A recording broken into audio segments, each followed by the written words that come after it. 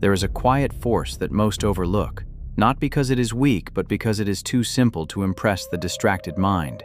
It does not roar. It does not announce itself. It repeats, day after day, action after action, thought after thought. And in that repetition, it builds something far more dangerous than bursts of intensity ever could. It builds inevitability. We are often seduced by extremes, the idea that one powerful moment can change everything, a surge of motivation, a sudden decision, a dramatic transformation. But those who have watched themselves closely know the truth. The mind is not conquered in a single act. It is shaped slowly through what we do when nothing feels urgent, when no one is watching, when the fire inside us burns low. What we call discipline is not a feeling. It is not something we wait for. It is something we return to, again and again. And in that return, we sharpen ourselves. As Marcus Aurelius wrote, "You have power over your mind, not outside events. Realize this and you will find strength." But strength is not found once. It is practiced. It is repeated. It is forged in the ordinary moments we are tempted to ignore. Consistency is not just a tool.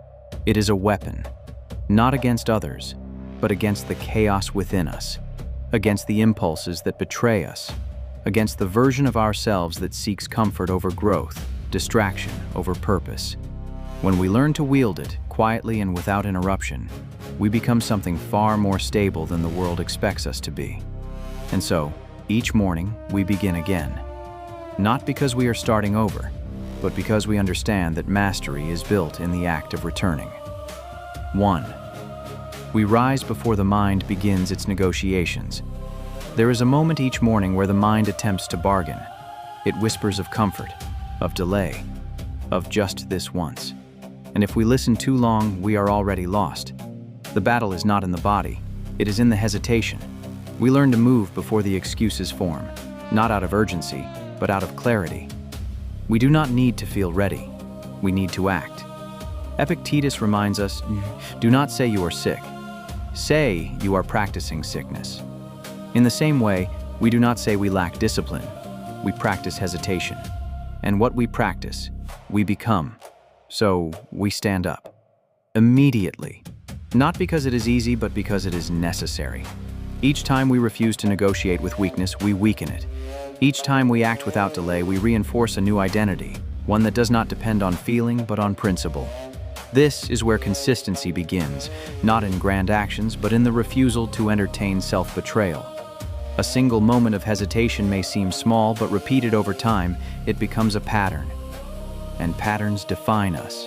When we rise without argument, we send a message to ourselves. We are not ruled by comfort. We are guided by intention, and that message, repeated daily, reshapes the mind in ways no single act ever could. 2. We train the mind to return, not to wander. The mind will drift. This is its nature. It will chase distractions, replay regrets, and invent fears. It will pull us away from what matters and into what is easy. The question is not whether it will wander, but whether we will bring it back. Each day we practice returning, not once but constantly. Back to the task, back to the present, back to what is within our control. Seneca wrote, "To be everywhere is to be nowhere." And so, we choose to be here. This practice is not dramatic. It is quiet. It is almost invisible, but it is relentless. Each time we catch the mind drifting and guide it back, we strengthen something within us that cannot be shaken easily. We become less reactive, less scattered, more deliberate. Consistency and attention is one of the most overlooked forms of power. While others are pulled in 1,000 directions, we remain anchored. Not because we are immune to distraction, but because we have trained ourselves to return from it. Over time, this changes everything. The mind becomes less chaotic, more obedient, more aligned with our purpose, and what once felt like effort begins to feel like identity. 3. We embrace repetition as the path, not the obstacle. The modern mind resists repetition. It craves novelty. It seeks stimulation. It grows restless with anything that does not feel new.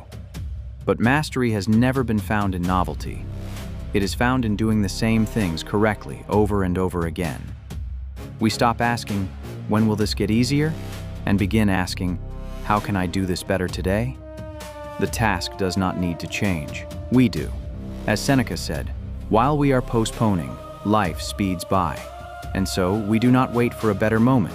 We refine this one. Repetition reveals us.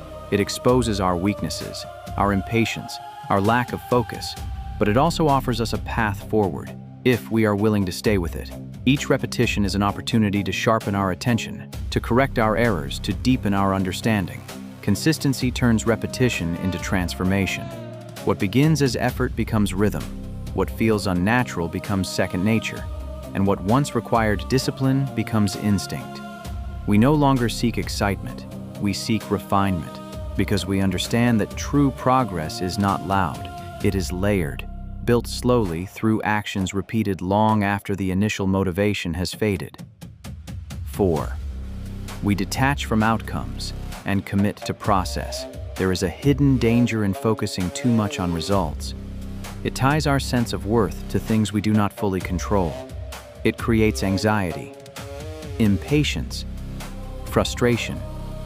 And when the results do not come quickly, it tempts us to abandon the path entirely. So we shift our focus. We commit to the process, to the actions within our control. Marcus Aurelius wrote, "Never let the future disturb you. You will meet it, if you have to, with the same weapons of reason which today arm you against the present." We do not need to know how things will unfold. We need to show up consistently and do what is required.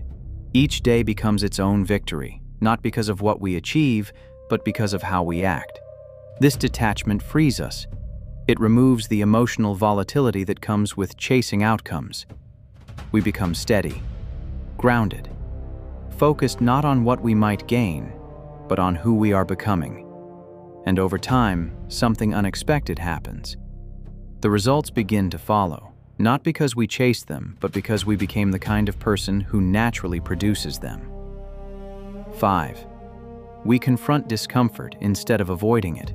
Comfort is seductive. It offers immediate relief, immediate satisfaction, but it comes at a cost, the slow erosion of our potential. Each time we choose comfort over growth, we reinforce a pattern of avoidance. So we lean into discomfort, not recklessly, but deliberately. We choose the harder path when it aligns with our values. We do the thing we would rather avoid, not because we enjoy it, but because we understand its necessity. Epictetus said, "If you want to improve, be content to be thought foolish and stupid." Discomfort often looks like failure, like struggle, like uncertainty. But it is within these moments that we are shaped. Consistency in facing discomfort builds resilience. It changes our relationship with pain. What once felt unbearable becomes manageable. What once triggered fear becomes familiar. We stop running, we stop avoiding, we begin confronting. And in doing so, we become less fragile, more capable, more prepared for whatever the world places in front of us. 6. We become the proof of our own discipline. At some point, something shifts. The actions we once forced ourselves to take begin to define us. We no longer ask, "Should I do this?" We do it because it is who we are. This is the true power of consistency.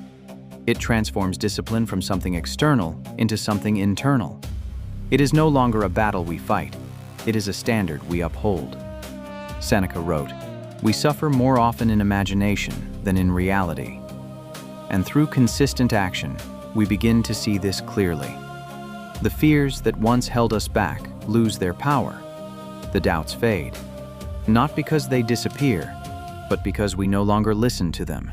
We become reliable, not just to others, but to ourselves. And that reliability builds a kind of confidence that cannot be faked.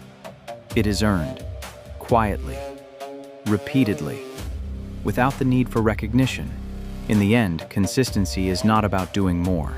It is about becoming someone who does not stop, someone who returns, no matter what, someone who builds, even when it is slow, someone who acts, even when it is hard. And that is what makes it dangerous, because once we become that person, there is very little that can stand in our way.